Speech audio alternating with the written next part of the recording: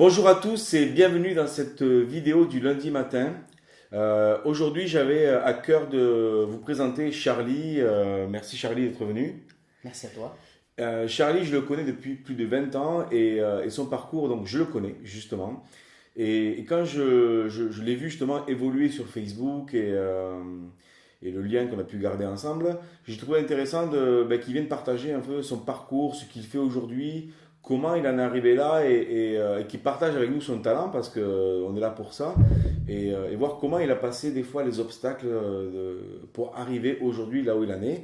Donc Charlie, qu'est-ce que tu fais exactement Alors, je suis chanteur. Je suis chanteur de jazz, de swing à la base parce que ça a évolué.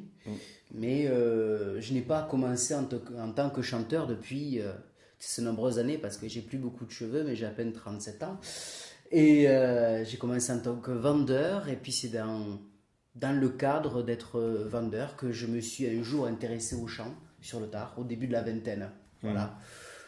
Et puis j'ai rencontré une professeure de chant, ça a été une belle rencontre, comme il y en a eu d'autres sur la route et comme j'espère qu'il y en aura d'autres à venir, qui m'a guidé. Je voulais que ce soit un beau passe-temps, le chant, mais je voulais que ce soit bien cadré.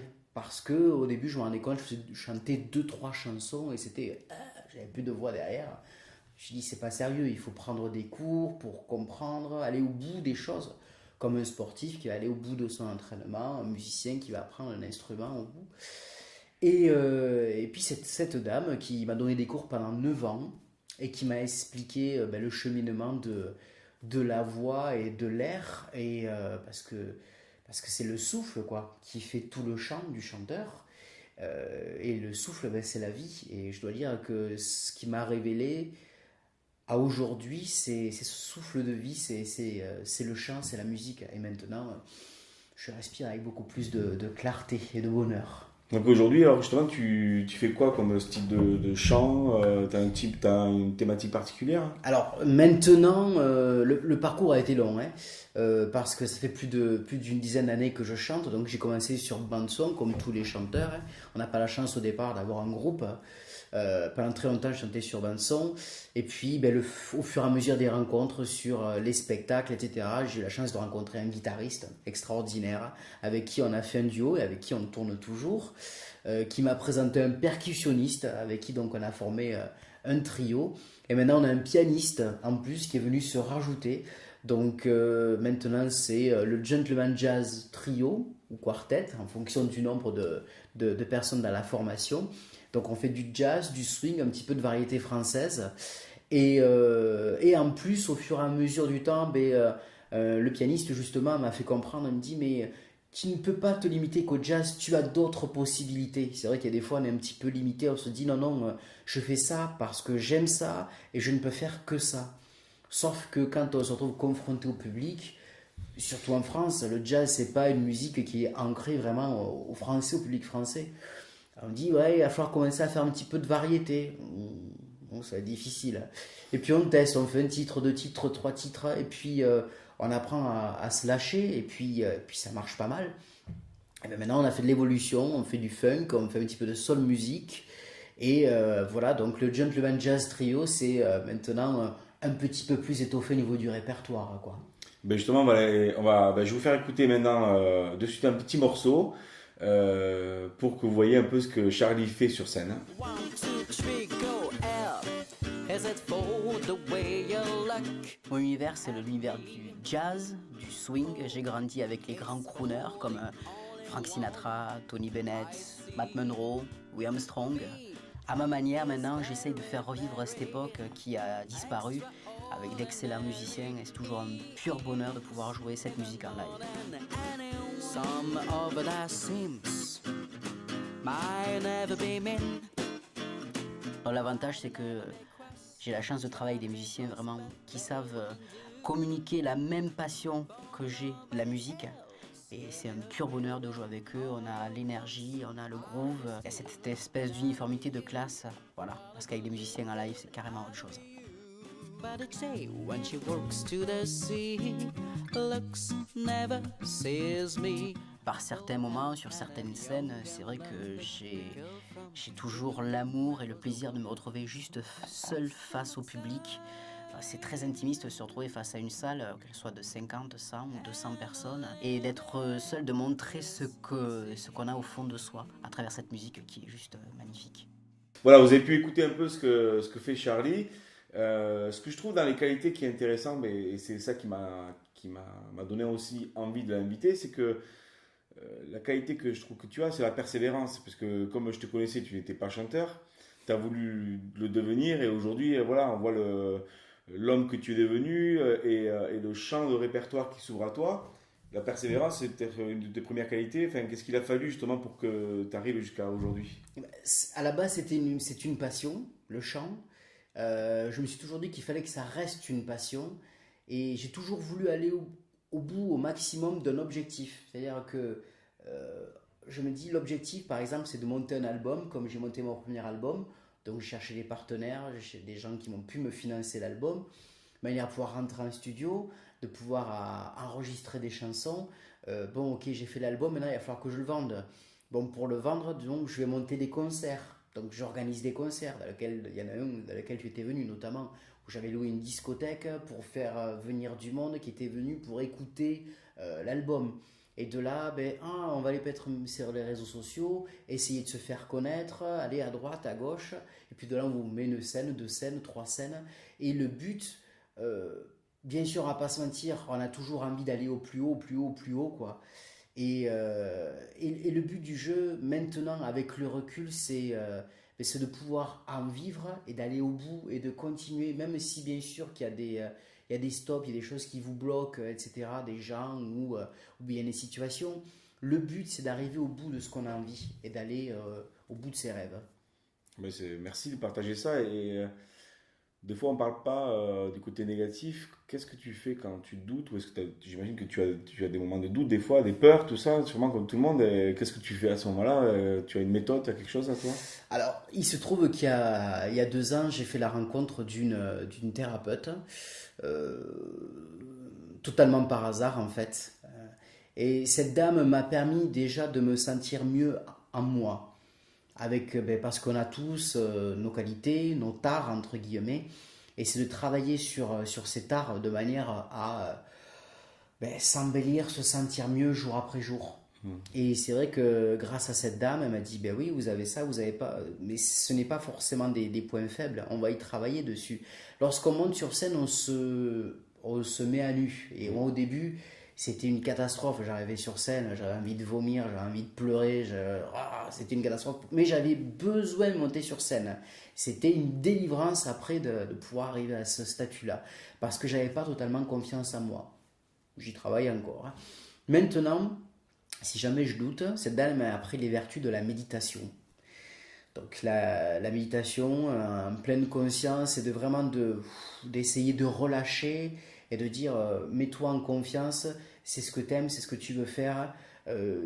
Plus tu vas être zen, plus facilement tu vas arriver à faire ce que tu veux et tu vas faire tomber les cartes sur scène et au contraire, s'il y a quelqu'un qui va te railler ou se moquer un petit peu de toi, c'est pas grave. En fait, tu vas jouer avec cette personne. Tu vas prendre le micro, tu vas descendre comme ça m'est arrivé, et finalement de plaisanter et de tourner ça à la dérision.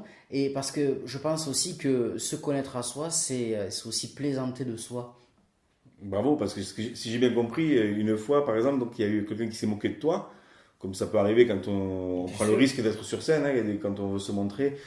On prend le risque de prendre des critiques. Et là, tu as pu jouer. Donc, ça veut dire, je trouve que c'est un vrai travail sur soi. Parce que, comme tu dis, quand tu arrives à rire de toi et à prendre ça avec humour, c'est un beau challenge. Quoi. Oui, après tout, chacun son travail. Mais c'est vrai que quand le métier de chanteur, surtout en France, il n'est pas considéré comme un métier. On pense que c'est un passe-temps ou un petit peu les babas cool qui vont dire je me lève le matin, je vais décider, je vais faire chanteur, c'est facile, je vais gratter de la guitare et tout. Alors que c'est peut-être un des métiers les plus compliqués, les plus difficiles.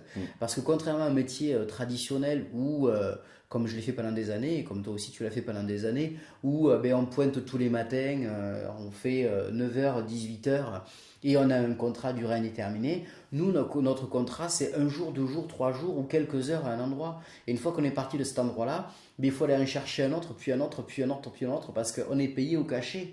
Et au final, il faut pouvoir en vivre.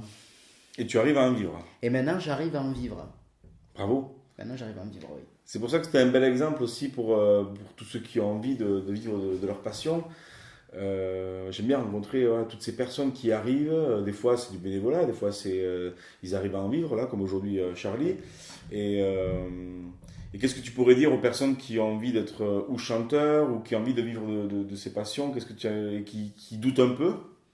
De foncer, de se faire plaisir, parce que déjà, quand on se fait plaisir à soi, pas par narcissisme, mais disons que quand on se fait plaisir, quand on chante, quand on joue la comédie, quand on joue d'un instrument, on communique, on irradie quelque chose.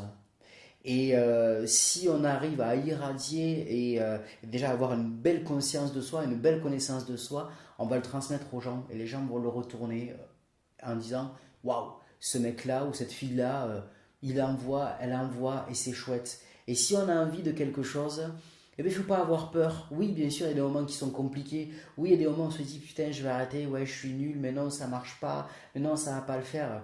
J'ai voulu m'arrêter peut-être 200 fois, 203 fois, j'ai recommencé. Je me dis, allez, on va y aller, on y croit. Le but du jeu, c'est vrai qu'on essaye tout le temps d'être au plus haut, au plus haut, au plus haut. Je rejoins sur une interview que tu as eu l'autre jour avec une jeune fille qui s'appelait Leslie, qui était absolument fabuleuse. Qui disait qu'elle, pour elle, c'était, elle se voyait actrice Hollywood, etc., etc. Je crois qu'on a tous quelque part au départ cette envie-là, quoi. Mais le plus important, le plus chouette, c'est quand on arrive justement dans un endroit ou une scène où c'est très difficile, où les gens au départ vous écoutent pas. Et Dieu sait qu'il y en a, ça arrive. On arrive, on entend le bruit des fourchettes et ça parle et ça parle et ça parle. Et je me suis retrouvé il y a un an à peu près sur une scène comme ça où je devais chanter pendant 3 heures. Tout seul, sur bande son. Là, j'avais pas les musiciens avec moi ce jour-là. Et pendant la première demi-heure, j'ai chanté pour rien. C'est-à-dire qu'il n'y a personne qui m'écoutait. Au bout d'un moment, je ne me suis pas laissé avoir, je ne me suis pas laissé abattre. Je les ai regardés, j'ai dit ça va, vous vous régalez, le repas est bon. On commençait un petit peu à regarder. J'ai dit vous inquiétez pas, à la fin du spectacle, vous allez vous lever, vous allez danser, vous allez applaudir et vous allez en redemander. Ils m'ont regardé, ils n'y ont pas cru. Et là, j'ai sorti tous les titres possibles et imaginables que j'avais dans mon répertoire pour leur faire plaisir. Je suis parti dans les rangs, je les ai fait taper dans les mains, je les ai fait chanter et poutoton. Il y en a qui ont dansé. Et au fur et à mesure, ben, la mayonnaise, elle a pris. Et au bout de 3 heures, ben, ils ne voulaient pas que ça s'arrête. J'ai eu 7 rappels. Et au 8e, j'ai dit, bon, vous savez quoi? Vous voulez me revoir? Oui. Vous voulez me revoir? Oui. Mais vous venez la semaine prochaine, je suis à 10 km. Voilà, merci, passez une bonne fin de soirée. Le plus beau, c'est quand on arrive à ça. C'est-à-dire que même si on fait des petites scènes, des petits endroits, etc., on ne fait pas l'Olympia, on s'en fout.